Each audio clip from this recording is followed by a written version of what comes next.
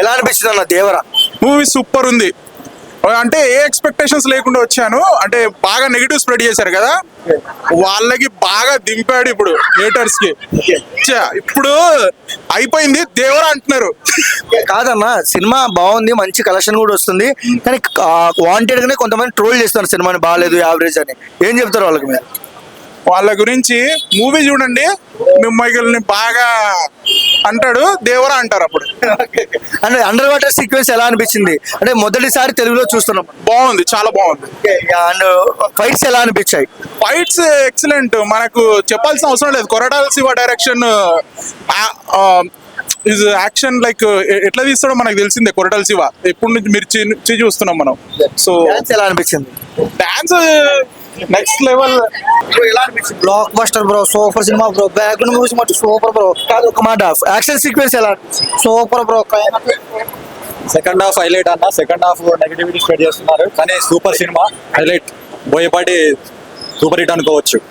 కాదన్న, action sequence ఎలా అనిపించింది? సూపర్ అన్న. ఎలివేషన్స్ మాత్రం హైలైట్ సినిమాకి. సెకండ్ హాఫ్ నెగిటివిటీ బాగా స్ప్రెడ్ చేస్తున్నారు, కానీ సినిమా మాత్రం హైలైట్. నెగిటివిటీ చేసే వాళ్ళకి ఏం చెప్తారు? అది జస్ట్ వాళ్ళ ఊహకే అది, కానీ సినిమా మాత్రం హైలైట్. జాన్వీ కపూర్ ఎన్టీఆర్ సాంగ్ ఎలా అనిపించింది? అంతా సినిమా మొత్తం ఓవరాల్ హైలైట్. ఎన్టీఆర్ కి ఇది బిగ్గెస్ట్ బ్లాక్ బస్టర్ అని చెప్పుకోవచ్చు మనం. అండర్ వాటర్ సీక్వెన్స్ ఎలా అనిపించింది? అసలు హైలైట్ అన్న. ఇప్పటి వరకు మన తెలుగు టాలీవుడ్ లో ఇలా రాలేదు, ఇది ఫస్ట్ మూవీ. ఓవరాల్ గా దేవర గురించి ఏం చెప్తారు? కాలర్ ఎగేసేటట్టు చేశాడు ఎన్టీఆర్. ఎలా అనిపించింది? హైలైట్ అన్న. మొత్తానికి ఓవరాల్ సినిమా అయితే హైలైట్.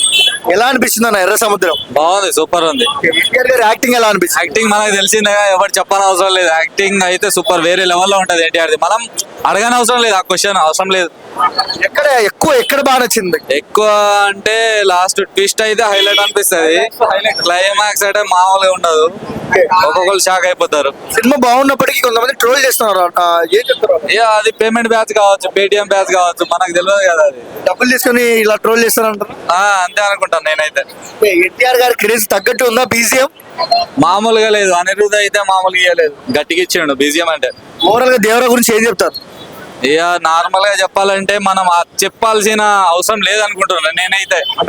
అంత లేదు నాకైతే చెప్పడానికి. అతని యాక్టింగ్ గురించి తెలుసు అందరికి.